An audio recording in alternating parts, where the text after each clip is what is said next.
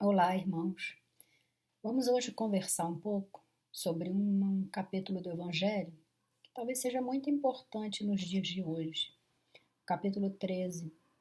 Não que os outros capítulos não sejam importantes, mas esse em especial talvez seja um ponto importante no momento que a gente vive essa pandemia, onde o mundo está tão difícil, né?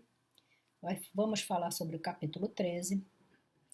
Não saiba a vossa mão esquerda o que dê a vossa mão direita. E antes da gente começar esse estudo, vamos ler uma página que eu escolhi, a página do livro Fonte Viva, número 99. Persiste e segue. Portanto, tornai a levantar as mãos cansadas e os joelhos desconjuntados. Paulo está nas cartas aos Hebreus 12:12. O lavrador desatento quase sempre escuta as sugestões do cansaço. Interrompe o serviço, em razão da tempestade e da inundação, lhe rouba a obra começada e lhe aniquila a coragem incipiente. Descansa, em virtude dos calos que a enxada lhe ofereceu, e os vermes se incumbem de anular-lhe o serviço. Levanta as mãos no princípio, mas não sabe tornar a levantá-las na continuidade da tarefa e perde a colheita. O viajor, por sua vez, quando invigilante, não sabe chegar convenientemente ao termo da jornada. Queixa-se da canícula e adormece na penumbra de ilusórios abrigos, onde inesperados perigos o surpreendem. De outras vezes, salienta a importância dos pés ensanguentados e deita-se às margens da senda, transformando-se em mendigo comum. Usa os joelhos sadios, não se dispondo, todavia, a mobilizá-los quando desconjuntados e feridos, e perde a alegria de alcançar a meta na ocasião prevista. Assim, acontece conosco na jornada espiritual. A luta é o meio, o aprimoramento é o fim. A desilusão amarga, a dificuldade complica, a ingratidão dói, a maldade fere. Todavia, se abandonarmos o campo do coração por não sabermos levantar as mãos de novo, no esforço persistente, os vermes do desânimo proliferarão precípites no centro de nossas mais caras esperanças. E se não quisermos marchar de joelhos, desconjuntados, é possível sejamos retidos pela sombra de falsos refúgios durante séculos consecutivos. Senhor, peço agora que nos ampare para que cada palavra que saia da nossa boca possa ser uma palavra de engrandecimento, de harmonia, de conhecimento, que todo o estudo preparado possa ser,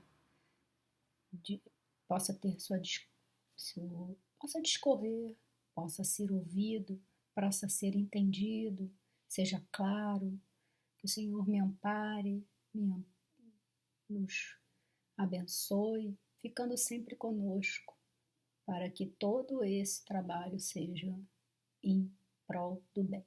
Que assim seja, graças a Deus. E aí a gente vai falar de dar alguma coisa, mas que a outra mão não saiba o que você deu. Como é que você vai dar alguma coisa e o seu próprio corpo não vai identificar o que você deu? Na verdade, Jesus queria dizer com isso que a gente devia fazer o bem de uma forma tão espontânea que não tivesse necessidade da gente falar sobre isso, da gente divulgar isso.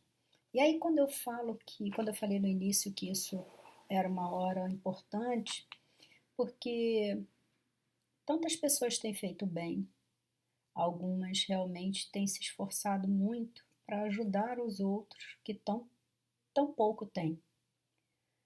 Mas fico eu pensando que a gente tem duas coisas, né? Quando a gente faz o bem e espalha esse bem numa rede social, angariando mais gente para trabalhar com a gente, angariando mais gente para ajudar, para que, às vezes, um que não pode estar lá fisicamente possa ajudar financeiramente de longe. Quando a gente faz essa divulgação do bem que a gente está promovendo, de uma forma que seja para a divulgação do bem, para que ele cresça, isso é muito saudável, né? Mas e quando a gente faz isso, ou seja, faz o bem com outras intenções, será que é tão bom assim? Quantas vezes eu vi algumas empresas, até de amigos meus, né, fazendo uma propaganda que faz uma ação social, não sei o quê, e eu falava, mas precisa falar? Tem que ter isso quando eu vou entregar uma cesta básica, fazer uma foto, um selfie. Será que isso não é humilhar demais aquele que precisa? Não é se engrandecer de uma ação que é para ser espontânea, que é para virar um hábito, que é uma ação que devia ser igual você quando acorda e escova o dente? Não é hábito todo dia acordar e escovar o dente? Deveria ser um hábito fazer o bem. Deveria ser um hábito a gente sempre fazer o bem. Mas a gente ainda está num planeta que ainda não tem só o bem. Aqui ainda prepondera o mal. Estamos a caminho de ser um planeta melhor. Já somos muito melhores do que há 100, 200 anos atrás, 1000 anos atrás, né? Já vou dizer que até 100 anos atrás a gente já tinha alguma coisa de menos boa.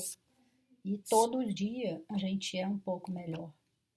Mas essa era uma coisa que eu queria comentar logo de início para a gente lembrar do hoje em dia, como é que é. E como que as pessoas, às vezes, se aproveitam do bem, de fazer de uma ação boa para fazer propaganda de si mesma, né? Mas, nesse capítulo, a gente tem várias outras, vários outros vieses dessa caridade. E aí fala, no capítulo, fazer o bem sem ostentação. Então, acho que se enquadra no que a gente acabou de falar, né?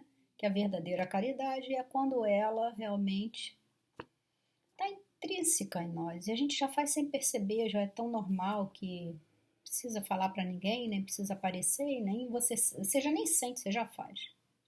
Vai falar sobre os infortúnios ocultos, o óbolo da viúva, convidar os pobres e os tropeados, dar sem esperar retribuição. Tem as instruções dos espíritos, falando sobre a caridade material, a caridade moral, a beneficência, a piedade, os órfãos, benefícios pagos com ingratidão e beneficência exclusiva. Então vamos por parte. E essa passagem está no Evangelho de Mateus, no capítulo 6, versículo 1 ao 4, e diz o seguinte: tende cuidado em não praticar as boas obras diante dos homens, para serem vistas, pois do contrário não recebereis recompensa de vosso Pai que estás no céu. Eu vou parar logo aí. Veja bem, Jesus sempre falou muito isso. Quem faz aqui, recebe aqui, e quem já faz a sua ação do bem, né, não vai receber paga aqui, porque ele está fazendo isso para Deus. Quando Jesus tem uma passagem que ele fala, né, quando vós cuidar de um filho, cuidar de um mendigo, cuidar de um irmão, está cuidando de mim também. Então, é essa qualificação que a gente tem, né? Que quando derdes, e aí vem dizendo, assim quando derdes esmola, não façais tocar a trombeta diante de vós, não pode anunciar. Não dá para ficar anunciando, não dá para botar no Facebook, não dá para botar no Instagram, né? Que a gente está fazendo caridade. Faz, Mas se for para divulgar, para ganhar ajuda, acho que vale a pena, mas não para se promover. Porque ele diz: quando derdes esmola, não façais tocar a trombeta diante de vós, como fazem os hipócritas nas sinagogas e nas ruas, para serem louvados pelos homens, porque se você for louvado pelo homem, você não precisa mais de recompensa quando você vai para o mundo espiritual. Né? Você já teve a sua paga aqui, você já fez aqui, já pagou, já teve de volta, então não precisa da recompensa de Deus. Digo-vos em verdade que eles já receberam sua recompensa. Está escrito em Mateus. Quando derdes esmola, não saiba a vossa mão esquerda o que faz a vossa mão direita, a fim de que a esmola fique em segredo, e vosso Pai, que vê o que se passa em segredo, os recompensará. Então, fazer o bem escondido, talvez seja a melhor recompensa que você vai ter, porque isso é para você. Quem dá recebe muito mais do que quem recebe. Eu estava ouvindo uma palestra sobre esse tema e tinha um orador que era do Centro Espírita Elos de Luz, o Jean Vinícius Olímpio. E ele falou o seguinte, um exemplo bem bacana sobre essa situação de você fazer o bem sem ostentar. Para a gente lembrar dos domingos, alguns anos atrás, a gente tinha todos os domingos de manhã uma musiquinha que tocava que lembrava muito e alegrava muito o povo brasileiro, que era assim, tan tan tan, tan tan tan, tan tan tan. E aquela narração que vinha dizendo de um grande ser humano que era um ótimo piloto e que ganhava muitas e muitas vezes, foi tricampeão pelo Brasil, tinha muito orgulho de ostentar aquela bandeira brasileira, né? Que era Ayrton Senna. Até ele morrer, segundo ele, o João Vinícius, ninguém falava de caridade que ele fazia, de toda bondade que ele tinha. As pessoas só conheciam o piloto, talvez o ser humano, mas não todos os seus aspectos. E depois que ele morreu, a irmã dele veio assumir o instituto, Ayrton Senna, e aí a gente soube quanto ele fazia por tantas pessoas, por crianças, por pessoas que tinham câncer. Então, todo o trabalho que ele tinha de caridade. Mas ele precisou falar? Ele tinha que anunciar? Não. E ele nunca falou disso. Muitos artistas, muitas pessoas famosas têm muitos institutos de caridade, ajudam muitas instituições, hospitais, e não ficam falando. Eles já têm a fama que eles precisam para esse planeta. E estão fazendo a parte deles sem divulgação, sem ficar se ostentando essa bondade. Então, é um belo exemplo para a gente lembrar como que se faz para fazer o bem sem precisar anunciar, como os fariseus que faziam na frente de todo mundo, mas na verdade eram hipócritas e a maioria das vezes nem eram tão bons assim, né? Era só da boca para fora. Continuando lá no Evangelho, continua outra passagem que está também em Mateus, no capítulo 8. Tendo Jesus descido do monte, grande multidão o seguiu. Ao mesmo tempo, um leproso veio ao seu encontro e adorou, dizendo: Senhor, se quiseres, poderás curar-me. Jesus, estendendo a mão, o tocou e disse: Quero, fica curado. No mesmo instante, desapareceu a lepra. Disse-lhe então Jesus: Abstente de falar disto a quem quer que seja. Mas vai mostrar-te aos sacerdotes e oferece o dom prescrito por Moisés, a fim de que lhes sirva de prova. E aí Jesus fala: Eu curei, mas não é para falar isso para ninguém. Vai lá falar só para os sacerdotes, para que eles vejam que o que estava escrito foi cumprido. Usa agora os dons que Deus te deu para continuar a sua vida, para espalhar esse bem que você recebeu. Mas não é para você ficar falando para ninguém que você recebeu esse bem, essa caridade. Então, fazer o bem, né, essa verdadeira caridade é delicada, é engenhosa. A gente tem que fazer sem melindrar o outro, sem humilhar o outro. Tem que fazer parecer que é você que está sendo beneficiado da maior forma possível. Na verdade, não tem que fazer, porque quem faz o bem sempre é muito beneficiado. Sempre recebe muito mais do que dá. Mas isso precisa parecer também para aquele que está recebendo. A verdadeira generosidade adquire essa sublimidade quando esse benfeitor, está escrito aqui no Evangelho, invertendo os papéis, acha meio de figurar como beneficiado diante daquele serviço. Eis aí o verdadeiro significado de não saiba a mão esquerda o que dá à direita. E no próprio Evangelho tem o exemplo de uma senhora rica que levava a filha quando ela fazia caridade.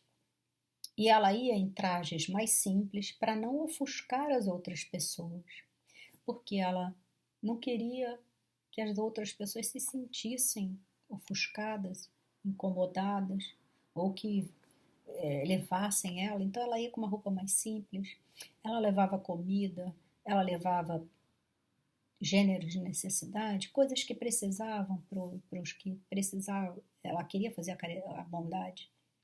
E o que acontecia? A filha ia com ela. E ela falava para a filha: quem está fazendo a caridade sou eu. Não quero que você dê as coisas que eu trago, porque você não tem o que dar materialmente. Então, acompanha-me para tu conheceres o que é fazer caridade. O que você, filha pequena, tem que possa doar? Você. Então, dá um sorriso, dá um abraço. Isso é a sua caridade. Mas ela já levava a filha para que ela conhecesse o que é fazer caridade de um jeito de benevolência. E aí, continuando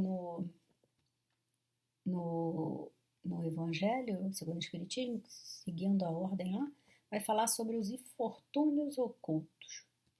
E aí vai falar sobre calamidades, né? Na calamidade, todo mundo se movimenta. Já vimos quando teve o tsunami, o mundo inteiro mandou suprimentos, medicamento, água, comida, roupa para o Haiti, já mandou para a Tailândia, e aí tem um problema em outro lugar. No Japão, vai todo mundo socorre, cai um prédio, vai toda a vizinhança. Do lado da sua casa, um apartamento pegou fogo, todo mundo se mobiliza, né? Essa mobilização de doar é muito bacana. Muito bacana. É uma forma de caridade. Mas quando ele fala aqui dos infortúnios ocultos, é a caridade que você está do lado do seu colega de trabalho. Hoje ele chegou e ele quase não falou. Hoje ele está quieto e ele não é quieto. Hoje ele não deu quase um sorriso, não falou nada. E você chega próximo e fala: precisa de alguma coisa? E você verifica que ele não quer falar. E você dá um abraço, você se coloca à disposição para que ele, quando puder e quando conseguir falar, que ele possa expressar que dor é essa que ele está sentindo. Mas você identificou porque você conhece ele. Você sabe identificar no outro, principalmente os mais próximos, quando eles precisam desse amparo, dessa caridade, dessa bondade. Então, quando você consegue identificar isso, você está cuidando dele, você está sendo bom, está abrindo, né, as portas para recebê-lo e para lhe dar um carinho. Quantas pessoas hoje não estão precisando? Hoje mesmo eu passei por essa experiência. A pessoa está triste, a pessoa está quieta. Eu conheço a pessoa. Então, oferece um carinho, oferece um chá, oferece um abraço, oferece amor. Essa é a verdadeira caridade, onde você também encontra um jeito de acolher o outro. Mas não é para esperar nada em troca. É só porque você conhece o que está acontecendo com aquela pessoa. Continuando o Evangelho, ele vai falar sobre o óbolo da viúva. Talvez seja uma das passagens mais conhecidas do Evangelho, né? E eu vou ler a passagem para vocês lembrarem. Estando Jesus sentado de frente do gasofilácio, ao observar que de modo o povo lançava ali o dinheiro, viu que muitas pessoas ricas o deitavam em abundância. Nisso, veio também uma pobre viúva, que apenas deitou 2 pequenas moedas, do valor de 10 centavos cada uma. Chamando então seus discípulos, disse-lhes: Em verdade vos digo que esta pobre viúva deu muito mais do que todos os que antes puseram suas dádivas no gasofilácio, pois que todos os outros deram do que lhes abunda, ao passo que ela deu o que lhe faz falta. Deu mesmo tudo o que tinha para o seu sustento.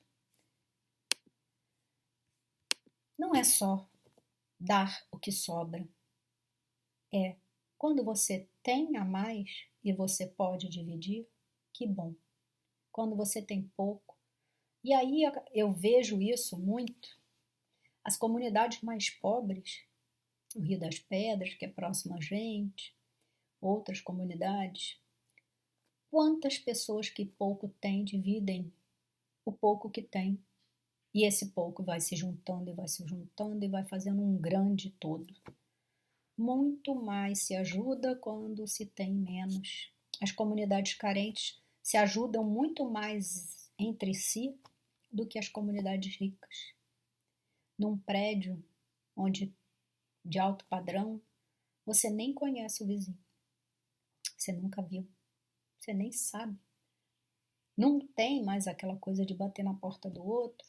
Poxa, estou precisando disso, tem aí para me ajudar, não sei o quê. Nem tem mais.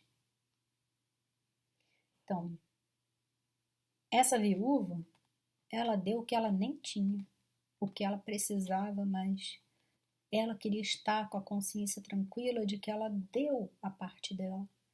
Então, quando a pessoa dá a sua parte, com tanto sacrifício, vale muito mais do que aquele que estava sobrando aquilo, não ia fazer falta para ele. E aí eu me lembro, eu fui procurar algumas histórias. Tem uns livrinhos chamados Conte Mais, usava muito na evangelização. E aí tinha uma historinha de uma menina que sempre andava muito arrumadinha, mas na verdade ela era muito pobre. Perderam o pai ainda pequena e desde então a mãe trabalhava fora, mal ganhando para o sustento das duas. A garota bem vestida, por quê? Porque sua mãe desmanchava as roupas doadas, usadas que ela recebia, né? E com muita habilidade ela transformava em vestidinhos muito bonitos. Costurava à noite e aproveitava as folgas que o emprego lhe proporcionava. Era muito natural que todos, quando vissem Celina, assim tão moderninha, nem de leve, imaginavam as dificuldades que a mãe enfrentava para ela estar à altura das colegas na escola. Um dia, porém, a professora organizou uma campanha de mantimentos em benefício de uma senhora doente que estava desamparada. A classe toda aderiu logo, prometendo trazer arroz, feijão, farinha, qualquer gênero alimentício. O entusiasmo era enorme e no dia seguinte a mesa da professora ficou abarrotada. Mas aconteceu que justamente nesse dia a Celina faltou. Por que você não veio ontem? Foi a pergunta da professora, logo que a menina apareceu. Celina ficou vermelha e, com lágrimas nos olhos, explicou: é que mamãe não tinha 1 quilo de nada para dar à senhora doente. Apenas 2 laranjas. Mas eu não quis trazer. Pensei que todos viessem com pacotes grandes e eu apenas com 2 laranjas. Então pedi à mamãe para não vir. A classe toda ficou toda agitada e os comentários se cruzavam. Ora, Celina, faltará aula por isso. Eu trouxe só meio quilo de farinha. Eu só pude trazer 250 gramas de biscoitos e eu um pacotinho de chá. E todos procuravam dizer o que haviam levado, preocupados que Celina pensasse que eram mais ricos ou melhores do que ela. Gente, pensa bem, uma turma tão bacana. A professora, que ouvira tudo calada, interrompeu os comentários, lembrando que era hora da aula de ensino religioso. Os alunos silenciaram e a professora prosseguiu. Vou narrar a vocês uma passagem da vida de Jesus. E aí ela fala exatamente o óbolo da viúva. E ela fala depois de ler esse óbolo da viúva que eu li para vocês. Essa passagem do Evangelho explicou, é denominado o óbolo da viúva. Mas agora quero saber de vocês, será que Jesus ainda está observando o que damos, o que fazemos, o que nós sentimos, o que pensamos, conforme observava as pessoas que ofertavam esmolas no templo de Jerusalém? Está sim, disseram todos ao mesmo tempo. E Celina, muito emocionada, pois que havia escutado tudo com muita atenção, completou.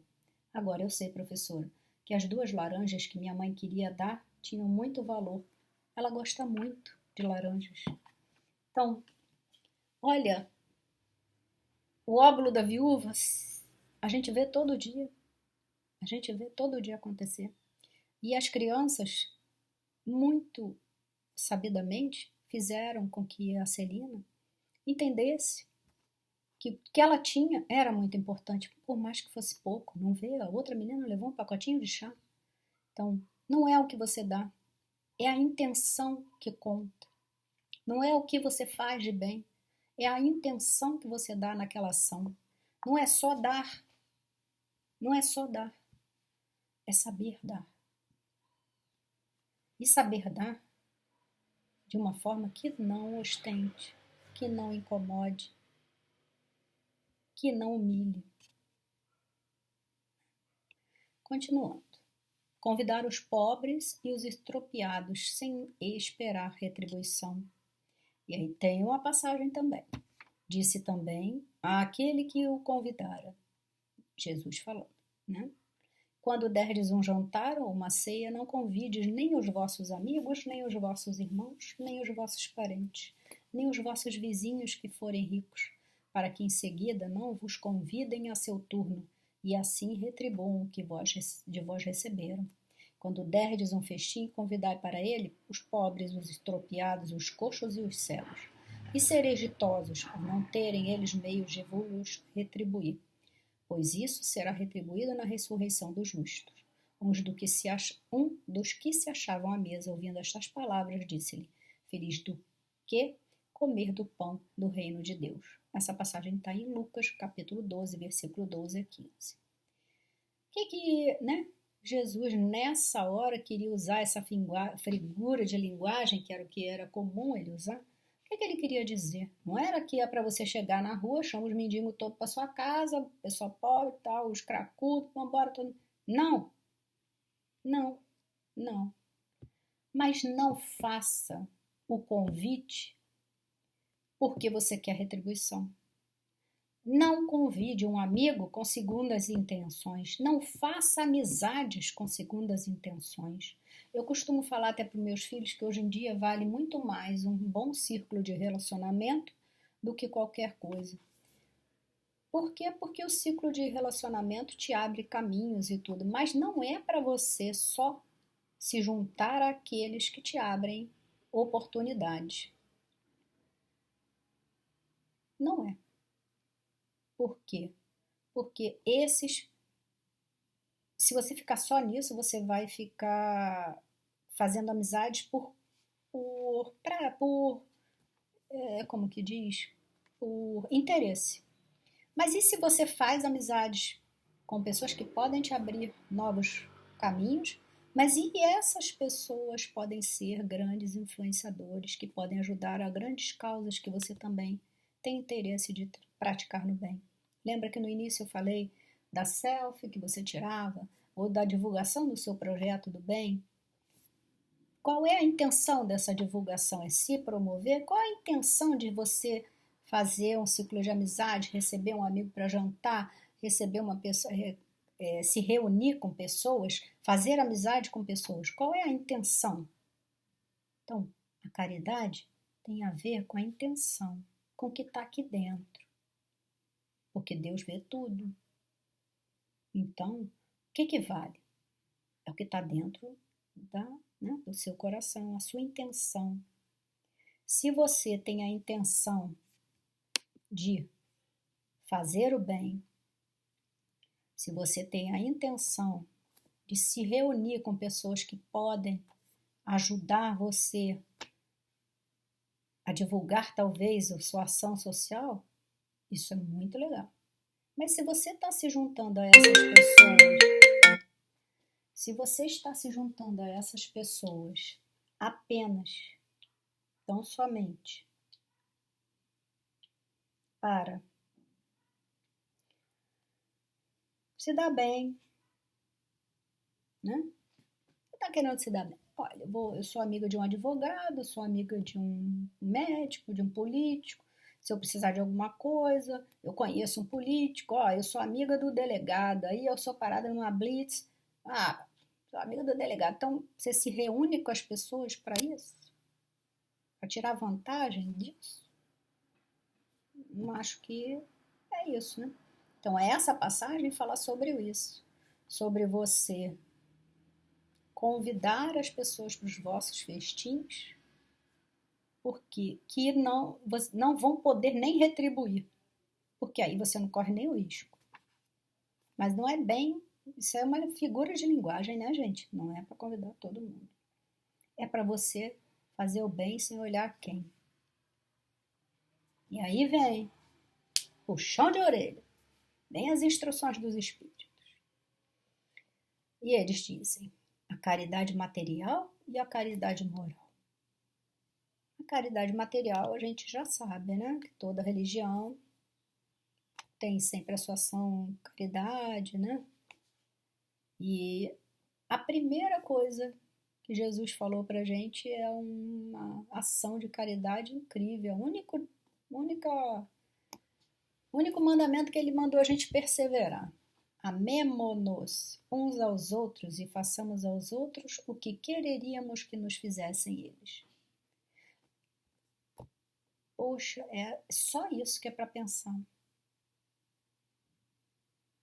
Esses dois preceitos de amar o outro e fazer exatamente o que você gostaria que fizessem para você.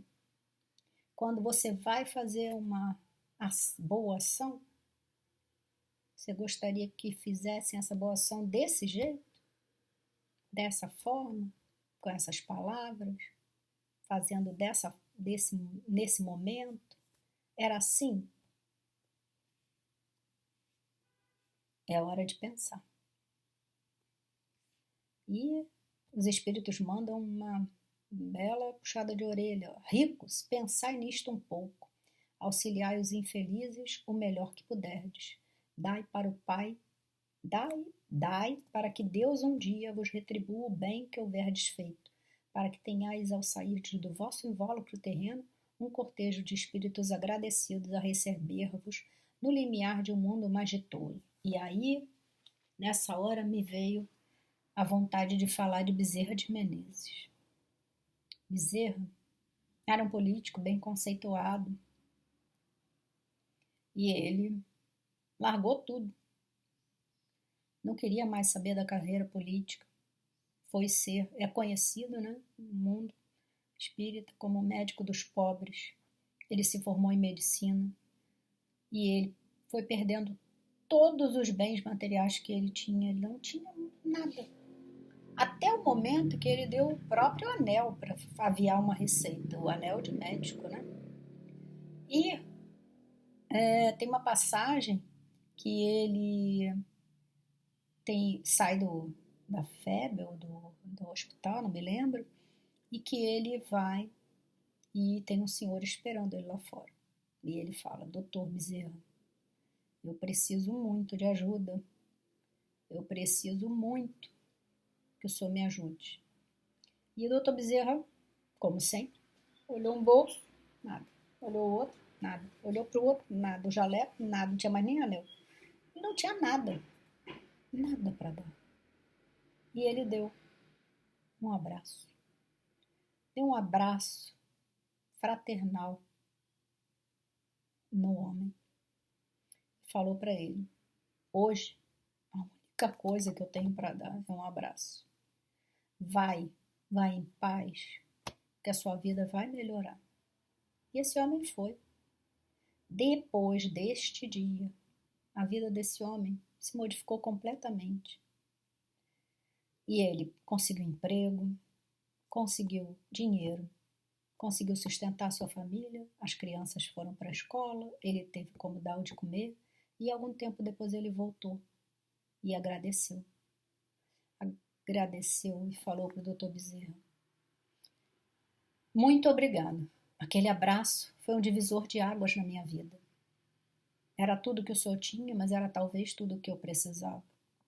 Portanto, nem sempre o que a gente precisa é material. Às vezes, como dizia Chico, a pessoa tem fome e tem que dar pão. Com fome não tem como resolver com livro. Mas, e se você não tiver o que dar? Se doe, né? Se doe. E a gente tem que falar também sobre essa caridade moral, que consiste em se suportarem umas às outras as criaturas. E é o que menos fazeis neste mundo inferior. Olha o que os espíritos estão falando. Onde vos achais por agora, encarnados.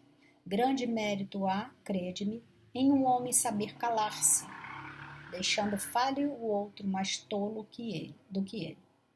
É um gênero de caridade isso. E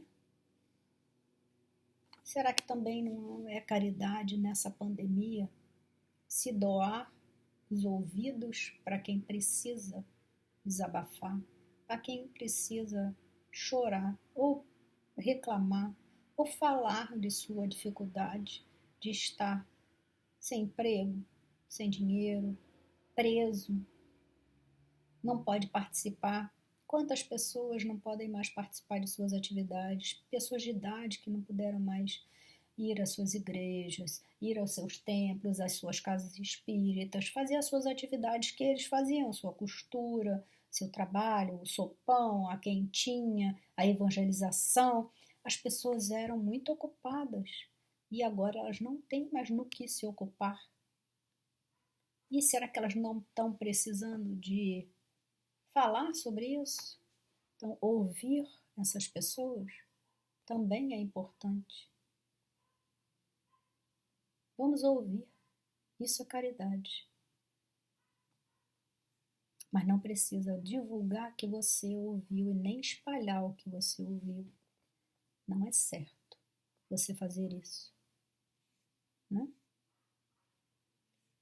E nesse capítulo ainda fala da beneficência. O que é a beneficência? Beneficência é quando a gente puder compreender que essa generosidade dessas almas boas é um sentimento que já é dela, que já vem de dentro, já está intrínseco e você já adquiriu esse hábito. É quando você para de reclamar, quando você agradece mais. Será que já não está mais do que na hora da gente agradecer mais do que reclamar?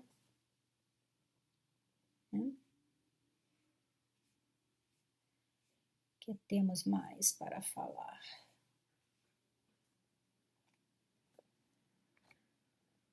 Fala-se também sobre a piedade, que a piedade é a virtude que mais vos aproxima dos anjos. É a irmã da caridade que vos conduz a Deus. Caridade que vos conduz a Deus.